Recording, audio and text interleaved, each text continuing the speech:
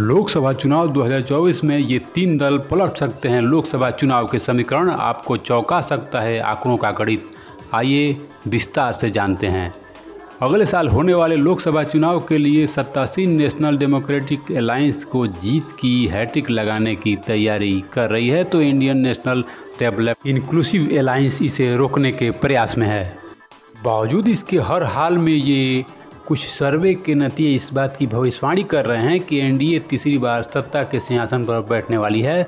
हालांकि यह तो अगले साल ही पता चलेगा कि कौन सत्ता के शिखर पर पहुंचता है। वहीं इन सब अगर मगर के बीच भी एक और बात ध्यान देने योग्य है, यह है कि दक्षिण के किले के तीन प्रमुख दलों अभी तक किसी भी गठबंधन का हिस्सा नहीं है।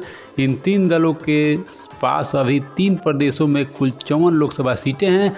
इसलिए अगर यह दल किसी गठबंधन का आगामी 2024 के चुनाव में हाथ थामते हैं तो चुनावी परिणाम काफ़ी हद तक पलट सकते हैं। तमिलनाडु में एमके स्टालिन की नेतृत्व वाली डीएमके, आंध्र प्रदेश में जगन मोहन रेड्डी की वाईएसआरसीपी और तेलंगाना में के चंद्रशेखर राव की नेतृत्व वाली बीआरएस, तीन ऐसी पार्टियां हैं जो पिछले लोकसभा चुनाव में 2019 में किसी गठबंधन का हिस्सा नहीं थी। यह दल इस बार भी न तो इंडिया अलायंस और न ही एनडीए अलायंस का हिस्सा बने हैं। इन दलों का अपने राज्यों में कितना असर है वो उनकी सीटों के जरिए आसानी से जाना जा सकता है। पिछले चुनाव में इन पार्टियों में बीजेपी और कांग्रेस जैसी बड़ी पार्टियों को काफ़ी पीछे छोड़ दिया था। 2019 लोकसभा चुनाव में तमिलनाडु के डीएमके ने 39 में से 24 सीटें अकेले दम पर जीती थी। वहीं आंध्र प्रदेश में वाईआरएससीपी के 25 में से 22 सीटों पर जीत हासिल हुई थी।